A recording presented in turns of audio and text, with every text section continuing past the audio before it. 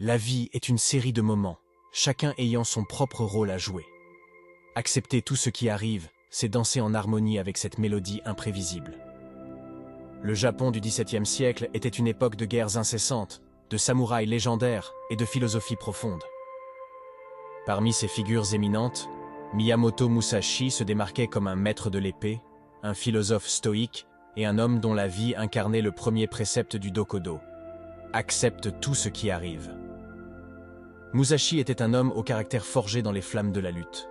Sa jeunesse avait été marquée par la violence, la perte et la recherche incessante de perfection dans les arts martiaux. Cependant, sa quête de maîtrise personnelle et de sagesse l'avait conduit à des enseignements profonds qui transcendèrent le simple maniement de l'épée. Au fil de ces années, Musashi avait forgé une philosophie de vie qui trouvait sa base dans l'acceptation inconditionnelle de tout ce que le destin apportait.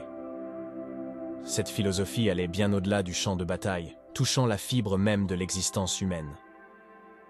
Musashi avait été témoin de la brutalité de la vie dès son plus jeune âge. Orphelin, il avait appris à survivre en utilisant une épée plus grande que lui.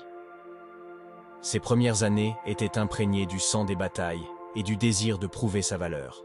Cependant, avec le temps, il avait évolué pour devenir bien plus qu'un simple guerrier assoiffé de gloire.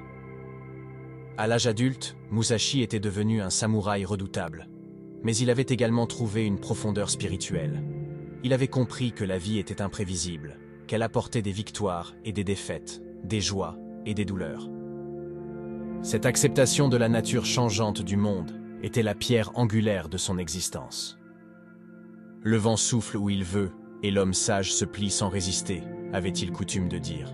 Il comprenait que résister aux caprices du destin ne faisait que causer de la souffrance. Au lieu de cela, il préconisait l'acceptation, la capacité à se plier aux circonstances, à s'adapter comme un roseau dans le vent, sans jamais se briser. Le voyage de Musashi vers la maîtrise de soi et la compréhension de ce premier précepte avait été semé d'expériences inoubliables. Une de ces expériences avait eu lieu lors d'un duel mémorable contre Sasaki Kojiro, un autre maître de l'épée renommé. Les deux hommes s'étaient affrontés sur l'île de Ganryu, sous le regard du ciel et de la mer infinie. Le duel était attendu avec une tension palpable, mais Musashi était calme. Il avait accepté que ce combat puisse être son dernier souffle. Les vagues murmuraient doucement, et le vent caressait son visage alors qu'il avançait vers son adversaire, l'air rempli d'une sérénité rare. Dans cet instant, il comprenait que peu importait le résultat, car il avait déjà gagné quelque chose de bien plus précieux, la paix intérieure. Musashi avait triomphé, mais la victoire n'était pas sa principale préoccupation. Il avait compris que l'obsession pour la victoire pouvait être une chaîne qui entravait l'esprit. Au lieu de cela, il avait choisi de voir chaque expérience, chaque défi, comme une opportunité d'apprentissage. C'était cette acceptation inébranlable de ce qui arrivait qui lui avait permis de transcender le simple rôle du guerrier et d'embrasser la voie du philosophe. Le chemin de Musashi avait été jonché de moments de réflexion profonde, de méditation solitaire et d'enseignements transmis à ses disciples. L'une de ses citations les plus célèbres était « Dans la méditation, trouve la paix. Dans la résolution, trouve la force. Dans l'action, trouve le bonheur. » Ces mots résument parfaitement sa philosophie de vie. Musashi n'était pas seulement un maître d'arts martiaux, mais aussi un écrivain prolifique. Il avait couché ses pensées et ses enseignements sur le papier dans le Goran no Sho, le livre des 5 anneaux. Ce traité renfermait une sagesse intemporelle qui allait bien au-delà des techniques de combat. Dans ces pages, on pouvait trouver des réflexions sur la nature de la réalité, sur la perception de soi et sur la nécessité d'accepter tout ce qui arrive. La vie est remplie de moments de triomphe et de moments de défaite.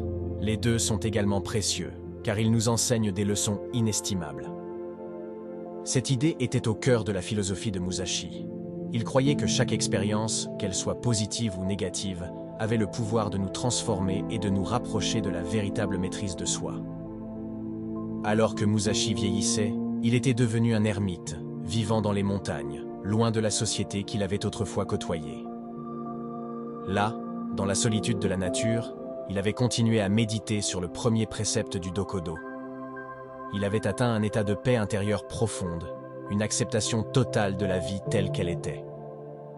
Ses disciples venaient régulièrement le visiter, cherchant ses conseils et sa sagesse. Lors d'une de ces rencontres, un jeune samouraï nommé Hiroshi avait demandé à Musashi comment il pouvait appliquer le précepte de l'acceptation dans sa propre vie. Musashi avait souri, puis il avait dit « Hiroshi, imagine que tu es un navigateur en haute mer. Tu peux prévoir la direction que tu veux prendre, mais tu ne peux pas contrôler la météo. Les tempêtes peuvent se lever, les vents peuvent tourner, mais tu dois accepter ce qui vient. La clé est de rester stable, de maintenir le cap malgré les turbulences. » Hiroshi avait médité sur ces mots et avait fini par les comprendre profondément. Il avait réalisé que la vie était comme une mer déchaînée, imprévisible et parfois redoutable. Cependant, il pouvait choisir sa propre voie, sa propre direction, tout en acceptant que des défis se présenteraient. Ce fut l'une des leçons les plus importantes que Hiroshi avait apprises de Musashi. Il avait compris que l'acceptation n'était pas synonyme de passivité. Au contraire, c'était une force qui lui permettait de rester calme dans l'adversité, de faire face aux défis avec courage et résolution. Des années plus tard, Hiroshi était devenu un maître d'arts martiaux, respecté à son tour. Il enseignait non seulement les techniques de combat, mais aussi la sagesse de l'acceptation à ses propres élèves. Il leur racontait l'histoire de Musashi, de son duel légendaire sur l'île de Ganryu et de sa quête inlassable de maîtrise de soi. Hiroshi aimait à rappeler à ses élèves: la vie vous présentera des défis inattendus. Parfois vous serez victorieux, parfois non. Peu importe le résultat, acceptez-le avec grâce. C'est ainsi que vous grandirez en tant qu'individu. Au fil des générations, les enseignements de Musashi avaient continué à se propager. Ses paroles étaient devenues une source d'inspiration pour des milliers de personnes à travers le temps. Sa philosophie de l'acceptation était devenue un guide pour ceux qui cherchaient la paix intérieure et la sagesse dans un monde chaotique.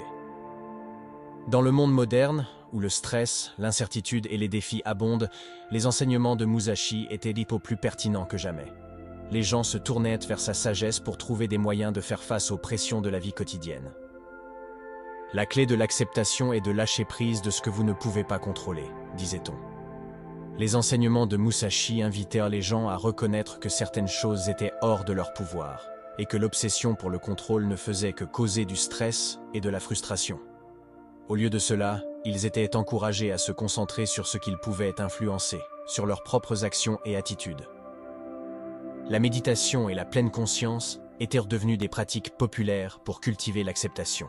Les gens apprenaient à observer leurs pensées et leurs émotions sans jugement, à les accepter tels qu'ils étaient, plutôt que de les combattre. Cette approche permettait de réduire le stress et d'apporter un sentiment de calme intérieur.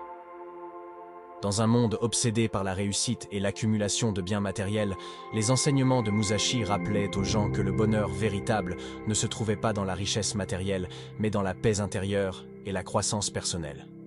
Ils étaient encouragés à chercher la maîtrise de soi plutôt que la domination des autres, à embrasser l'humilité plutôt que l'orgueil. La sagesse de Musashi était également appliquée dans le monde des affaires. Les leaders et les entrepreneurs comprenaient que l'acceptation était essentielle pour faire face aux hauts et aux bas du monde des affaires. Ils apprenaient à voir les échecs comme des opportunités d'apprentissage, à s'adapter aux changements du marché et à maintenir leur vision malgré les obstacles. En fin de compte, l'histoire de Musashi et son enseignement de l'acceptation nous rappellent que la vie est une danse complexe de moments, de défis et de triomphes. Chaque instant a sa propre beauté et sa propre leçon à offrir. En acceptant tout ce qui arrive, en embrassant la réalité telle qu'elle est, nous pouvons trouver la paix intérieure, la force et la sagesse pour naviguer dans les eaux tumultueuses de la vie moderne. Alors, je vous pose la question, accepterez-vous tout ce qui arrive dans votre vie? Allez-vous embrasser les défis et les triomphes avec équanimité? La réponse à ces questions peut être la clé de votre propre voyage vers la paix intérieure et la sagesse.